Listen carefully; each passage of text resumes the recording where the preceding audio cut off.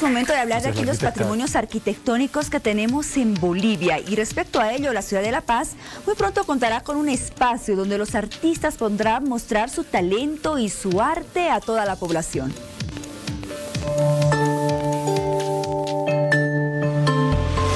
Uno de los espacios que servirá para la exposición de arte en la ciudad de La Paz será el que ya se encuentra en trabajo de construcción, denominado Villa de París, del Museo Nacional de Arte. Desde esa primera fase se ha trabajado todo lo que ha sido la parte constructiva de la primera crujía y los techos. En la segunda fase se está trabajando todo lo que es ya la rehabilitación de este espacio para ya que se habilite como salas del Museo Nacional de Arte para exposiciones. Ahora vamos a entrar a la sala de la pintura mural, que se encuentra en el segundo nivel, y gracias a Dios se encontraba protegida bajo un cielo falso, y cuando se han hecho los trabajos de liberación ha parecido hermosa, bella y súper linda. Pasen por aquí. Ante esto, la restauración se lo realiza en la mayoría de las áreas de este lugar para mostrarle al público la belleza que guarda cada detalle de estos espacios. Pero en esta sala se han encontrado pintura mural, por ejemplo, de tipo doméstica, es decir, que no tiene una temática definida, pero digamos así son flores, son pájaros, pero también hay detalles muy lindos como una garza, una cigüeña, que tiene una serpiente en el pico y que está parada en una pata, y ese es un animal mágico que aparece en el bestiario. Asimismo, las restauraciones no fueron solamente en la parte del interior, ya que el exterior también formó parte del trabajo conjunto que se viene realizando hasta la fecha. Entonces, como pueden ver, estos son los trabajos que se han hecho de rehabilitación de los techos. Se ha cambiado gran parte de las tejas que se encontraban en mal estado, y las que se han podido recuperar han sido conservadas y sometidas a un tratamiento para estabilizarlas, y se han utilizado materiales que sean compatibles con la obra bajo los criterios de restauración extranjeros. Si se fijan, podemos ver esta parte de acá ya es la reposición del techo, se lo puede ver porque están las vigas de diferente color y hay una diferenciación de las mismas, pero lo más lindo que tiene esto es ese segmento de allá en el que se han tratado de salvar la mayor parte de las tejas y se las ha acomodado en una misma hilera para que quede como un testigo constructivo de ese momento. Por otra parte, todo cuidado es importante para no estropear el trabajo que se viene realizando, con mucho esfuerzo y sacrificio, con un solo propósito, que es mostrar el talento de todos nuestros artistas. Ahorita nos encontramos en el segundo piso de la primera crujía. Esta es una de las salas que se va a entregar ya el 25 de noviembre de este mes, para que ya empiecen a funcionar como extensión del Museo Nacional de Arte. Y lo más hermoso que tiene esta sala son los techos que se han encontrado los techos coloniales, y lo más hermoso es que había un cielo falso, que es este de acá, que es una intervención republicana, y debajo estaba súper bien conservado el techo colonial. Entonces lo que se ha hecho ha sido tratar los mismos materiales, hacer una desinsección, hacer un trabajo de limpieza. En aquellos que no se hayan podido, obviamente se ha hecho una restitución con la debida diferenciación para no haya problemas de falsificación. Conservación y restauración son dos conceptos muy diferentes. La conservación, normalmente ligada a la conservación preventiva, tiene que ver todas las medidas que se ejecutan en el medio de las piezas, en el entorno de las piezas, es decir, todo aquello que en el ambiente vaya a lastimarlas. Es decir, yo tengo un inmueble, por ejemplo, que está en el centro y llueve ácido, por ejemplo, y tiene piedra, es posiblemente que la piedra se vaya a dañar con esta lluvia ácida, por ejemplo. Entonces son cosas del medio que dañan a los objetos. Y la restauración ya son todas las medidas materiales que se ejecutan sobre la materia de un objeto. ¿Ya? Una nota que nos ponía en contexto del tema que vamos a abordar en los próximos instantes, y que lo vamos a hacer a través de la presencia de tres importantes invitados que nos acompañan en los estudios de Hora 23 en Bolivisión. Voy a presentar a cada uno de ellos, dándoles desde luego la más cordial bienvenida. Voy a comenzar por mi izquierda, la bienvenida al arquitecto Luis Arellano. Él es supervisor del proyecto de rehabilitación y rescate de la Villa París y cuenta con una maestría en patrimonio. ¿Es así, verdad? Sí, está muy bien. Muy bien, bienvenido. Buenas noches. Buenas noches. Gracias por la arquitecta Teresa Churrorín, ejecutora del proyecto de rehabilitación y rescate de la Villa París. Bienvenida. Y nuestro tercer invitado, el licenciado José Bedoya, director del Museo Nacional de Arte. Bienvenido a Bolivisión. Gracias, es un gusto estar en Hora 23. Bien, bienvenidos a los tres. Hasta remadito nos salió Juan Pablo. 23-3, repitiendo la misma frase. Muy bien. La nota, lo decía, nos ponía en contexto del tema que vamos a tratar. ¿Y qué tal si comenzamos hablando con nuestros expertos de las casas patrimoniales que existen en la ciudad de La Paz? Un viejo problema, viejo no solo por las casas, sino por las características que presenta este tema.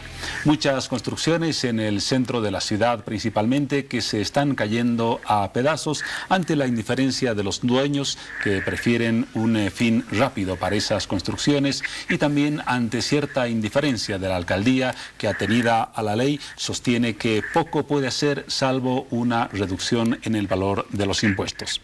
Arquitecto Luis Arellano, ¿qué se puede hacer para salvar esas casas que son patrimoniales en la ciudad de La Paz, que tienen dueños particulares, que no tienen los recursos, según argumentan, para mejorar las fachadas y directamente esperan a que se caigan para construir una nueva edificación, mientras la alcaldía sostiene, como lo anticipaba, que lo único que puede hacer es dar una rebaja en la tributación y nada más? ¿Qué hacemos para salvar esas casas? Bueno, yo pienso de que la alcaldía debe tener una nueva visión sobre el patrimonio arquitectónico y urbano, ¿no? O sea, digamos, otorgar incentivos a los propietarios particulares que tienen inmuebles de alto valor arquitectónico para posibilitarles de que hagan la preservación de ellos, ¿no? Porque si no se les da, digamos, ciertos incentivos, es difícil, digamos, que conservan, porque es bastante costoso, digamos, hacer una conservación de un inmueble histórico. Ahora, el incentivo, dice la alcaldía, es una rebaja impositiva entre el 50 y el 80%. ¿Será suficiente esa decisión? Bueno, ¿o usted cree que debe hacerse algo más? No, yo creo que habría que buscar otros incentivos. Por ejemplo, en otros países se les ha dado como incentivos, por ejemplo, si uno tiene un inmueble patrimonial en el centro histórico, los pisos o los niveles que está perdiendo, digamos, en construir, se le puede dar en otro lugar y de esa manera recupera, digamos, la altura o la superficie que está perdiendo en conservar un edificio patrimonial. Entonces debería buscar, digamos, otro tipo de incentivos fuera de los impuestos. El caso, Paola, de la casona ubicada al lado del Palacio Legislativo es dramático en la ciudad de La Paz. Hablamos de una ciudad maravilla, pero ponemos un pie en la Plaza Murillo y vemos en una de sus esquinas principales una casa prácticamente destruida.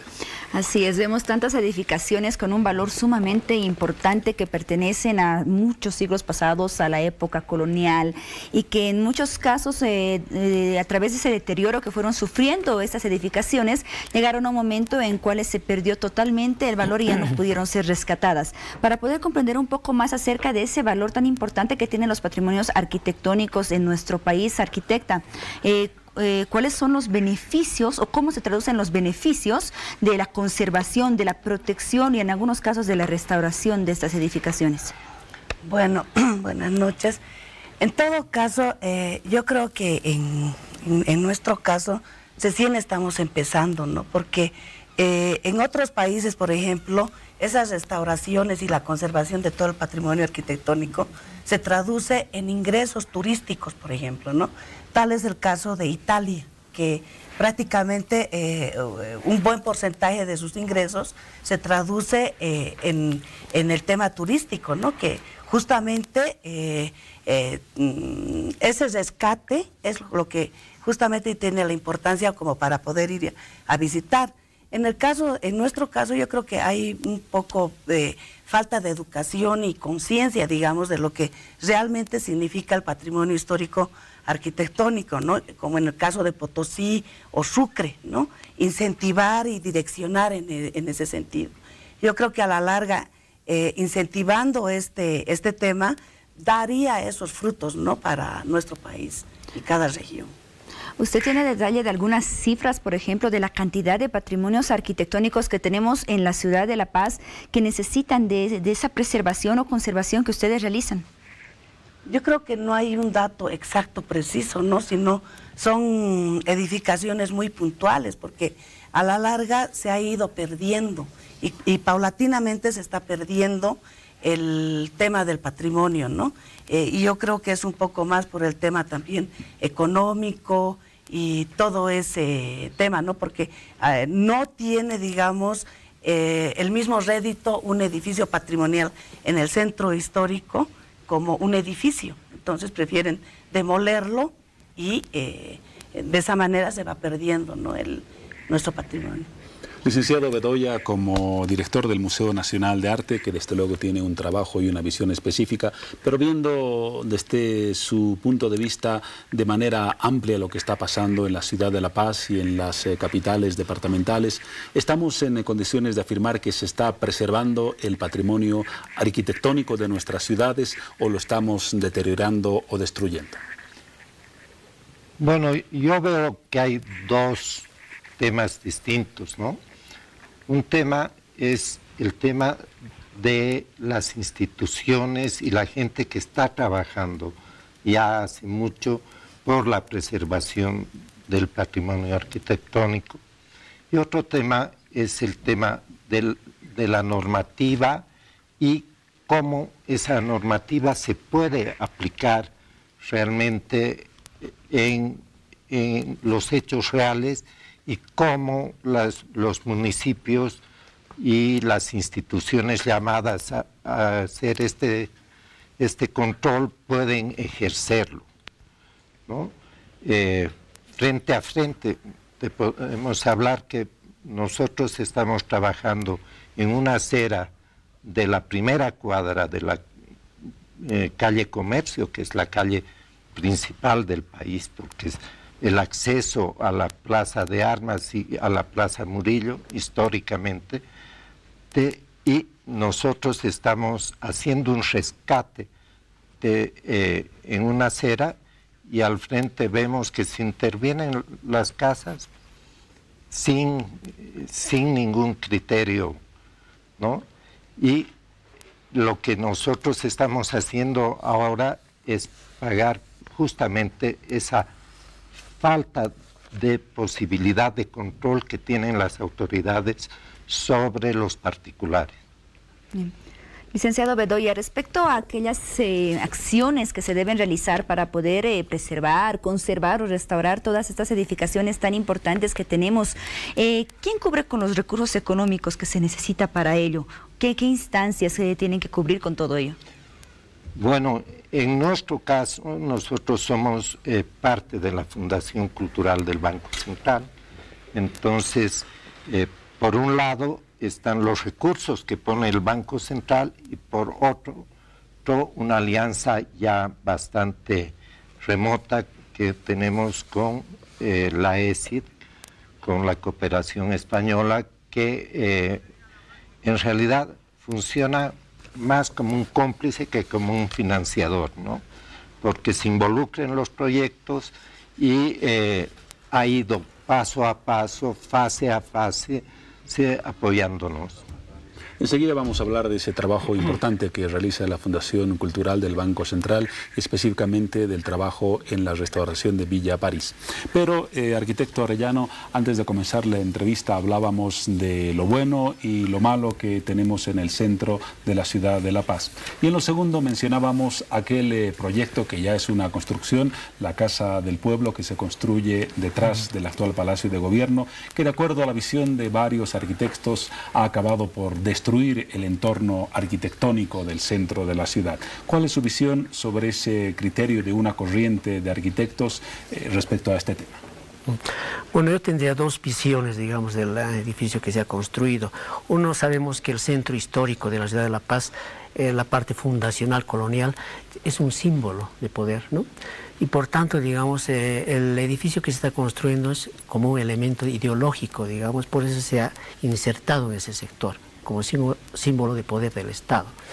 Y el segundo, viendo desde un punto de vista urbanístico y arquitectónico, está fuera de contexto, porque prácticamente no ha conservado el perfil urbano histórico, no ha hecho un respeto, digamos, de los edificios históricos. Entonces, en ese sentido, digamos, es un elemento de ruptura de todo el contexto urbano histórico. En base a esos dos puntos de vista yo lo vería este edificio, ¿no? Hay esos dos puntos de vista, pero ¿es posible pensar en un puente entre ambas tendencias o son excluyentes como muchos piensan? Lamentablemente, digamos, muchos edificios históricos o inmuebles históricos se han perdido acá en la ciudad de La Paz. Ya no se puede hablar de un casco urbano o digamos, central. más se están conservando ya sectores históricos, ¿no? Entonces, ¿por qué? Porque hay no solamente, digamos, el edificio de la Casa del Pueblo, sino que hay otros edificios que han roto el contexto histórico. Por ejemplo, ahí podemos ver inmuebles o edificios de altura en la calle Comercio, como el Banco Central, etcétera, que han ido destrozando prácticamente el área histórica, pero colonial, ¿no? Porque prácticamente es la fundación colonial, no está dentro del área histórica indígena, que es parte de Asia de San Francisco, ¿no? Sin embargo, digamos, es bien difícil encontrar, digamos, un puente de ligar los edificios históricos con estos edificios en altura, porque prácticamente se contraponen ambos, ¿no? Arquitectónicamente y urbanísticamente. Muy bien, desde la arquitectura se implementan distintas acciones para preservar y conservar los patrimonios arquitectónicos. Y en unos minutos más estaremos hablando de todo lo que se puede realizar y en qué casos se implementa.